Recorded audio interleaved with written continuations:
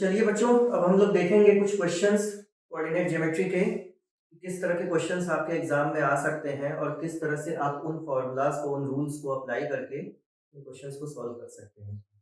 तो सबसे पहला जो हमारा एक इम्पॉर्टेंट फार्मूला था वो था डिस्टेंस फार्मूला। पहला क्वेश्चन अगर आप ध्यान से देखिए, find the distance between the points a -57 and b -13। मतलब आपके एक्स वाई कोऑर्डिनेट पर एक लाइन बनी होगी। मैं पूरा कोऑर्डिनेट सिस्टम नहीं बना रहा हूँ, मैं सिंपल सिंपल एक लाइन बना के आपको दिखा रहा हूँ। ये मान लीजिए एक लाइन है ए, इसका कोऑर्डिनेट जो है वो -57 है और एक पॉइंट ये है बी जिसका कोऑर्डिनेट -13 है। इसके बीच की डिस्टेंस पूछ रहा है। तो अगर आपको याद होगा या आप रिकॉल करिएगा तो डिस्टेंस फॉर्मूला जो मैंने लिखवाया था वो ये था, AB is equal to under root y2 minus y1 का whole square plus x2 minus x1 का होल स्क्वायर। अब बात आती है कि यहाँ पे y1 y2 x1 x2 है क्या। तो अगर आप देखिएगा ध्यान से तो x1 -5 है और x2 -1 है। सिमिलरली अगर आप देखिएगा y1 7 है और y2 3 है। अब इन वैल्यूज को हम उठाकर इसमें पुट करेंगे। मैं एक आपको लिख के दिखा दे रहा हूं, उसके बाद हम लोग डायरेक्ट लिखेंगे। अगर आप अभी इस वैल्यूज को उठा के इसमें रखेंगे और उसको कैलकुलेट करेंगे तो आपको क्या मिलेगा, AB की लेंथ यानी AB के बीच की डिस्टेंस आपको पता चल जाएगी। तो आइए, AB is equal to under root y2 minus y1। y2 आपका 3 है और y1 7 है। तो 3 minus 7 is equal to 3 minus 7 का whole square plus x2 minus x1 -1 और माइनस x1 है तो माइनस माइनस कितना हो जाएगा, +5 हो जाएगा होल स्क्वायर। इसको एक चीज और आपको बताना चाहूंगा कि ये y2 माइनस y1 की जगह आप y1 माइनस y2 भी लिख सकते हो क्योंकि स्क्वायर हो रहा है। तो इन केस अगर मान लीजिए y2 माइनस y1 से या y1 माइनस y2 से नेगेटिव भी आता है तो वो स्क्वायर होकर प्लस बन जाएगा। तो उसमें कोई दिक्कत नहीं है, आप y1 माइनस y2 लिखो या y2 माइनस y1 लिखो, सेम चीज x के लिए भी है, चाहे x2 माइनस x1 लिखो या x1 माइनस x2 लिखो। अब अगर इसको आगे हम फर्दर कैलकुलेट करने की कोशिश करेंगे तो 3 माइनस 7 माइनस 4 का स्क्वायर, इसी की मैं बात कर रहा था, और -1 + 5 4 का होल स्क्वायर, ये क्या आ जाएगा, -4 का होल स्क्वायर क्या होगा 16 और 4 का स्क्वायर 16, यानी ये क्या आ जाएगा 32। अब 32 का अगर आप फैक्टर करोगे तो ये आता है 2 इंटू 2 इंटू 2 इंटू 2 इंटू 2। अब ये एक पेयर, ये एक पेयर, यानी ये क्या हो गया 4√2 हो जाएगा यूनिट, क्योंकि यूनिट तो इसकी पता नहीं है सेंटीमीटर है कि मीटर है कि क्या है, तो आप केवल यूनिट लिख के छोड़ दोगे। यही आपका डिस्टेंस हो गया, यानी लेंथ हो गया पॉइंट ए और बी के बीच में। अब इसी डिस्टेंस फॉर्मूले को हम आगे बढ़ाते हुए एक क्वेश्चन और करेंगे इसका, जहां पे इसका यूज होगा। अगला क्वेश्चन अगर आप देख रहे होंगे, check whether the points 5 -2 6 4 and 7 -2 are the vertices of isosceles triangle. अब आइसोसेलेस ट्रायंगल क्या होता है? Isosceles triangle is a triangle in which two of its sides are equal। मतलब कोई भी दो साइड उस ट्रायंगल की इक्वल होगी। अब हम क्या करेंगे, एक कोऑर्डिनेट को ए, एक को बी, एक को सी लेट करेंगे और बारी बारी से ए बी, बी सी और ए सी की लेंथ निकालेंगे डिस्टेंस फॉर्मूला से। अगर कोई भी दो साइड इक्वल दिख गई इसका मतलब ये आइसोसेलेस ट्रायंगल है। अगर मान लीजिए शुरू में ही आपको दो साइड इक्वल दिख जाएगी तो आप शुरू में ही बोल दोगे कि yes it is an isosceles triangle. अगर नहीं तो फिर आप बोल दोगे no it is not an isosceles triangle. तो आइए देखिए इसके सॉल्यूशन को कैसे लिखेंगे। Let a 5 - 2 b 6 4 c 7 - 2 are vertices of an isosceles triangle। अब हम बारी बारी से, जैसा मैं आपको बता रहा था कि ए बी बी सी और ए सी हमें निकालना है, तो हम पहले ए बी निकालेंगे। इसी डिस्टेंस फॉर्मूला में हम पुट करेंगे वैल्यू को। एक बार मैं फॉर्मूला लिखूंगा, y2 माइनस y1 का whole square plus x2 minus x1 का होल स्क्वायर। वैल्यू रखते हैं, y2 minus y1 A B आपने लिया है, तो y2 क्या है 4 और y1 माइनस 2, ये हो जाएगा 4 प्लस 2 का whole square plus x2 minus x1 7 sorry 6 minus 5। देखिए x2 क्या है 6 और x1 क्या है 5, तो ये हो जाएगा आपका 6 माइनस 5 का होल स्क्वायर। अब अगर इसको आप कैलकुलेट करिएगा तो 4 प्लस 2 6 का स्क्वायर प्लस 6 माइनस 1 1 का स्क्वायर, ये कितना आ जाएगा 36 प्लस 1 दैट इज √37, यानी AB की जो लेंथ आई वो √37 आ गई। अब हम BC की तरफ जाएंगे, BC निकालेंगे। अब मैं डायरेक्ट फॉर्मूले में रख दूंगा वैल्यू BC, यानी अब ये x1 y1 हो जाएगा और ये x2 y2 हो जाएगा। तो पहले हम y2 माइनस y1 लिखेंगे, -2 माइनस 4 -2 माइनस 4 का whole square plus x2 minus x1 7 minus 6 का होल स्क्वायर। अब अगर आप देखिएगा ध्यान से तो -2 माइनस 4 माइनस 6 का स्क्वायर और ये प्लस 1 का स्क्वायर। देखिए -6 का स्क्वायर कितना होगा 36 और 1 का 1, यानी ये भी आ गया 37। क्योंकि शुरू के ही दो साइड जो आपने लिए उसकी लेंथ यानी उसकी डिस्टेंस जो भी कह लीजिए वो इक्वल आ गई।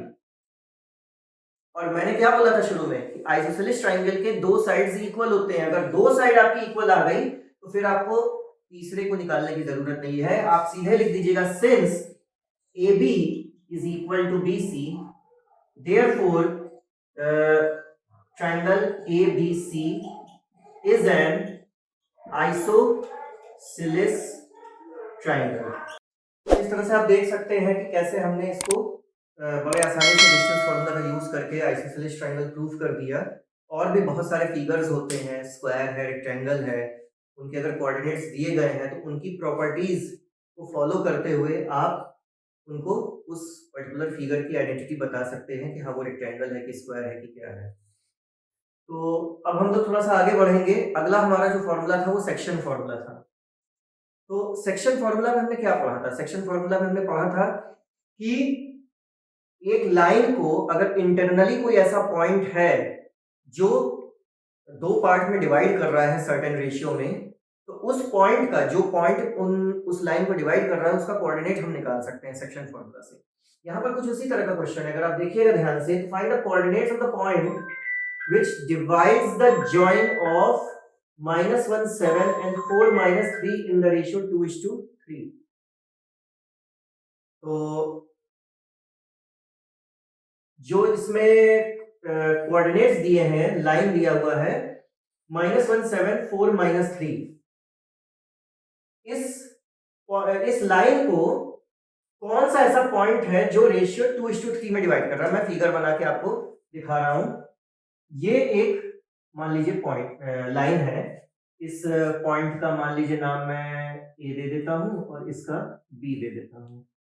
ये ए का कोऑर्डिनेट क्या हुआ -1 7 और बी का जो कोऑर्डिनेट हुआ वो 4 -3। अब बीच में कोई एक ऐसा पॉइंट है मान लीजिए सी, जो कि इसका कोऑर्डिनेट एक्स वाई मैंने मान लिया, और ये इस लाइन ए बी को 2:3 के रेशियो में डिवाइड कर रहा है। मतलब ये पार्ट 2 है, ये पार्ट 3 है। अब कैसे आप सेक्शन फॉर्मूला का यूज करके इस कोऑर्डिनेट को, सी के कोऑर्डिनेट को आप फाइंड कर सकते हो? देखो सेक्शन फॉर्मूला में मैंने क्या बताया था। अच्छा एक चलिए, अच्छा पहले formula C x Y is equal to m1 x2 plus m2 x1 upon m1 plus m2, ये आपको x कोऑर्डिनेट देता है, और m1 y2 plus m2 y1 upon m1 plus m2, ये आपको क्या देता है? y coordinate. अब बात आती है m1 m2 x1 x2 y1 y2 ये है क्या। तो देखिए ये आपका 2 पॉइंट था जिसको ये लाइन ज्वाइन कर रही है, तो यहां पर x1 क्या हो जाएगा -1 और x2 क्या हो जाएगा 4, y1 क्या हो जाएगा 7 और y2 क्या हो जाएगा -3। m1:m2 का जो रेशियो है वो होगा 2:3। ये सारी वैल्यूज जब हम उठाकर इस फॉर्मूले में पुट करेंगे तो हमें एक्स वाई यानी सी का कोऑर्डिनेट मिलेगा। तो आप चाहो तो एक साथ इस फॉर्मूले में रख के कर सकते हो, चाहो तो बारी बारी भी कर सकते हो, जैसे आपकी मर्जी। सी एक्स वाई विल बी, अब देखिए m1 into x to, m1 है आपका 2 और x2 है 4 यानी 2 इंटू 4 प्लस m2 यानी 3 into x1 into -1 upon m1 plus m2 यानी 2 प्लस 3। अब y वाले में रखिए m1 y2 2 into -3 plus 3 into y1 यानी 7 upon 2 plus 3 m1 plus m2। बस इसको आप कैलकुलेट करिएगा, आपको ये कोऑर्डिनेट मिल जाएगा। तो आगे फर्दर देखते हैं। C x Y is equal to 2 4 8 होता है और 3 इंटू -1 -3 हो जाएगा upon 2 plus 3 5, 2 into -3 -6 plus 3 into 7 21 upon 5। अब अगर इसको आप कैलकुलेट कीजिएगा एक्स वाई, 8 - 3 5 हुआ अपॉन 5 और ये -6 प्लस 21 15 अपॉन 5। अब आपको साफ साफ समझ में आ रहा होगा कि ये यहाँ पर क्या हो सकता है, ये कट के 1 आ जाएगा और ये कट के 3 आ जाएगा, 1 3। यानी सी पॉइंट जो आपके ए बी के जॉइन को 2:3 के रेशियो में डिवाइड कर रहा था, उसका कोऑर्डिनेट यानी एक्स और वाई कोऑर्डिनेट क्या है 1 और 3। तो ये आपका सेक्शन फॉर्मूला पे एक क्वेश्चन था। एक क्वेश्चन और हम लोग सेक्शन फॉर्मूला पे देखेंगे और समझने की कोशिश करेंगे कि और कैसे हम इस फॉर्मूले को अप्लाई कर सकते हैं। चलिए आइए हम लोग आगे बढ़ते हैं। तो चलिए बच्चों आइए देखते हैं अगला क्वेश्चन, जो कि फिर से सेक्शन फॉर्मूला पर ही है। बेसिकली आपको इस चैप्टर में इन्हीं दो फॉर्मूले पर ज्यादा फोकस करना है, एक सेक्शन फॉर्मूला एक डिस्टेंस फॉर्मूला, और आपके सिलेबस में कुछ है नहीं। तो अगला क्वेश्चन अगर आप देख रहे होंगे तो ये जस्ट उस पिछले वाले क्वेश्चन का अपोजिट है। Find the ratio in which the line segment joining the points a -3 10 and b 6 - 8 is divided by -1 6। अब की आपको क्या पूछ रहा है, अब की आपको वो रेशियो पूछ रहा है यानी m1:m2, और ये वाला पॉइंट जो आपने वहां निकाला था जो डिवाइड कर रहा था लाइन सेगमेंट को, वो दिया हुआ है -1 6। मैं फिगर बना के समझाने की कोशिश करता हूं। देखिए मान लीजिए ये कोई लाइन है A, इसका कोऑर्डिनेट है -3 10 और ये है B जिसका कोऑर्डिनेट है 6 - 8, और बीच में कोई पॉइंट है मान लीजिए P जिसका कोऑर्डिनेट है -1 6। पिछली बार आपको क्या था, ये मिसिंग था और रेशियो आपको दिया हुआ था। अब की बार क्या है, रेशियो मिसिंग है, रेशियो को m1 m2 मान लीजिए। तो वही सेम फॉर्मूला यूज करके आप m1 और m2 का रेशियो फाइंड कर सकते हैं। यहां पर एक चीज और है कि जैसे x कोऑर्डिनेट का भी यूज करके आप m1 m2 पा सकते हो, m1 m2 का रेशियो, और y कोऑर्डिनेट का भी यूज करके m1 इंटू m2 का रेशियो पा सकते हो। तो चलिए आइए देखते हैं। जो हमारा सेक्शन फॉर्मूला है मैं उसको लिखूंगा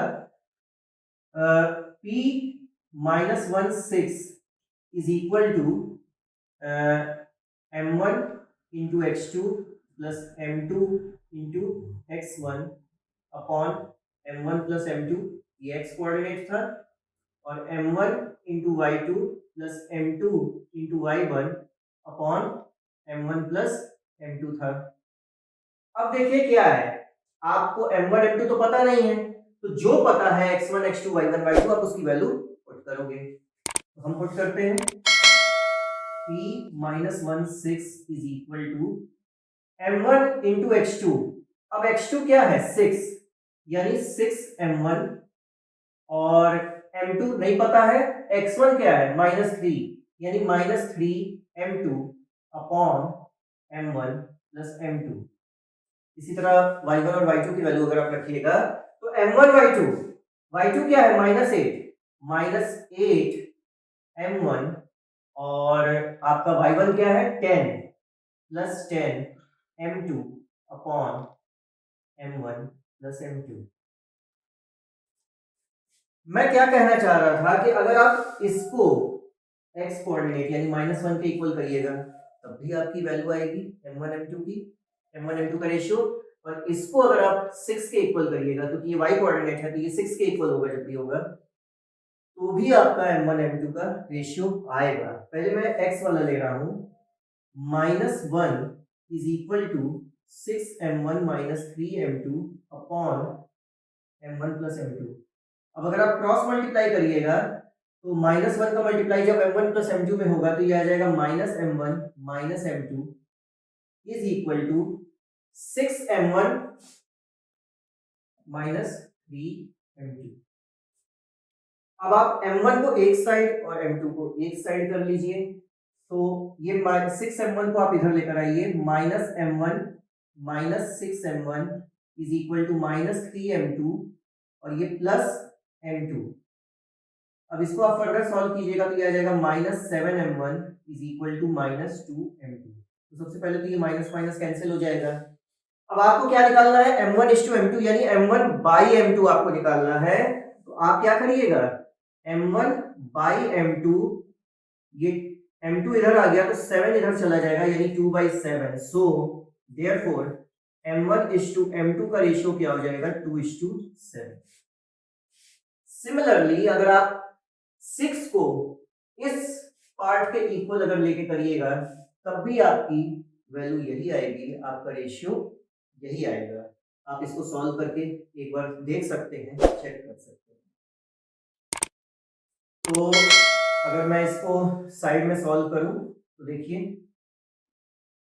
6 is equal to -8m1 plus 10m2 upon m1 plus m2। अब m1 प्लस m2 में क्या करिएगा 6 से मल्टीप्लाई कर दीजिएगा तो ये हो जाएगा 6m1 plus 6m2 is equal to -8m1 plus 10m2। अब m1 को एक साइड और m2 को एक साइड एज इट इज जैसे पहले आपने किया था। तो देखिए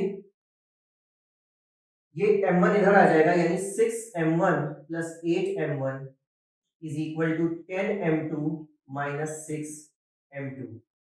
यहां से आपको क्या मिलेगा 6m1 plus 8m1 is equal to 14m1 and 10m2 minus 6m2 is equal to 4m2। फिर से वही m1/m2, m2 को आप इधर लेकर आइए, 14 को इधर लेकर जाइए, तो ये क्या हो जाएगा m1/m2 इज इक्वल टू 4/14। अब इसको आप कैंसिल करिएगा तो 2 2s are 2 7s are that is 2/7। It means यहां से भी आपका m1:m2 क्या आया 2:7। मैंने दोनों इसलिए सॉल्व करके दिखा दिया ताकि आपके मन में कंफ्यूजन ना रहे कि केवल x ही लेके करना है, y लेके नहीं कर सकते हैं। वहां पर एग्जाम में आपको केवल कोई एक लेना होगा, या तो आप x को x के इक्वल दिखाइए या तो y को y के इक्वल दिखाइए, तो आप उसको रेशियो को फाइंड कर सकते हो। ये था सेक्शन फॉर्मूला का एग्जाम्पल। 2 एग्जाम्पल मैंने सेक्शन फॉर्मूला के किए, 2 एग्जाम्पल मैंने डिस्टेंस फॉर्मूला के किए। अब मैं एक एग्जाम्पल एरिया का बताऊंगा, एरिया ऑफ ट्राइंगल का। हालांकि ये सिलेबस में नहीं है लेकिन फिर भी आपके नॉलेज के पॉइंट ऑफ व्यू से मैं एक क्वेश्चन इसका भी करके आपको दिखाऊंगा, या फिर कैसे अगर ट्राइंगल का मतलब आपके एक्स वाई कोऑर्डिनेट में, एक्स वाई प्लेन पे अगर कोई ट्राइंगल बनी हुई है और उसका कोऑर्डिनेट आपको पता है तो केवल उस कोऑर्डिनेट से आप कैसे उसका एरिया फाइंड कर सकते हैं। चलिए आइए देखते हैं। Find the area of triangle PQR whose vertices are 2 3, P का कोऑर्डिनेट है 2 3, Q का कोऑर्डिनेट है -1 0 एंड R का कोऑर्डिनेट है 2 -4। अब सबसे पहले तो आप x1 x2 y1 y2 और x3 y3 की वैल्यू लिख लीजिए। तो यहां पर देखिए x1 क्या है x2 क्या है -1 और x3 क्या है 2, y1 क्या है 3, y2 क्या है 0 और y3 क्या है -4। तो हम ट्राइंगल का फॉर्मूला लिखेंगे कि area of triangle PQR is equal to mod में in bracket big bracket x1 into y2 minus y3 plus x2 into y3 minus y1 plus x3 into y1 minus y2 big bracket close और mod. तो ये mod इसलिए लगता है कि आपका अगर कोई नेगेटिव वैल्यू आ रही है तो वो पॉजिटिव हो जाएगी। इस फॉर्मूले में एक चीज और हमें ऐड करनी थी जो कि थी 1/2। मॉड के बाहर जो था वो 1/2 था। तो ये आपका ट्राइंगल का फॉर्मूला है और इसमें हम बारी बारी से जो भी वैल्यू x1 x2 x3 और y1 y2 y3 की रखेंगे तो हमें एरिया मिलेगा ट्राइंगल का। तो आइए रखते हैं 1/2 मॉड x1 की वैल्यू क्या है, x1 की वैल्यू 2 है तो आप रखो 2। यहां पर इस ब्रैकेट में पहले वाले में क्या है y2 माइनस y3। अब देखिए y2 आपका 0 है और y3 -4 है तो 0 माइनस -4 क्या हो जाएगा +4। फिर x2 क्या है आपका -1 है यानी ये आपका पूरा क्या हो जाएगा -1 हो जाएगा। y3 माइनस y1 क्या आ जाएगा -4 -3। फिर x3 आपका क्या है 2, y1 minus y2 y1 minus y2 यानी 3 माइनस 0 बिग ब्रैकेट क्लोज और ये मॉड। अब देखते हैं इसको कैलकुलेट करके क्या आता है 1/2 mod 2 into 0 + 4 4 -1 into -4 -3 -7 plus 2 into 3 3 minus 0 3 आएगा। अब इसको कैलकुलेट करते हैं। देखिए 1/2 मॉड 2 4 8 -1 इंटू -7 +7 और 2 इंटू 3 6। ऐड कर दीजिए तीनों को क्या आएगा आपको 8 + 7 15 15 + 6 21। क्योंकि ये ऑलरेडी प्लस में है 21 तो इसको आपको और कुछ करने की जरूरत नहीं है। अगर ये माइनस में भी रहता तो ये बाहर निकलकर प्लस हो जाता। तो ये आप क्या करोगे 21 को बाहर निकालोगे तो ये क्या हो जाएगा 1/2 इंटू 21 दैट इज 21/2। अब इसको आप डेसिमल में करना चाहो तो कर लो 10.5 स्क्वायर यूनिट। तो ये एरिया है तो स्क्वायर यूनिट होगा। तो इस तरह से आप देख सकते हो कि आप एरिया भी निकाल सकते हो ट्राइंगल का। और अगर आपको मान लीजिए इन तीनों पॉइंट्स को कोलिनियर दिखाना होगा तो कोलिनियर भी दिखा सकते हो। उस केस में क्या होगा एरिया इक्वल टू 0 आना चाहिए। तो ये आपका रिवीजन था चैप्टर 7 का कोऑर्डिनेट ज्योमेट्री का। जो इसमें दो चीज इंपॉर्टेंट मैंने आपको बताई है और वो है सेक्शन फार्मूला और डिस्टेंस फार्मूला। आपको उसी पर फोकस करना है। आपके एनसीईआरटी में और आपके साइड बुक्स में बहुत सारे इसके क्वेश्चंस और भी दिए हुए हैं तो वो आप लगा सकते हैं उसमें कर सकते हैं।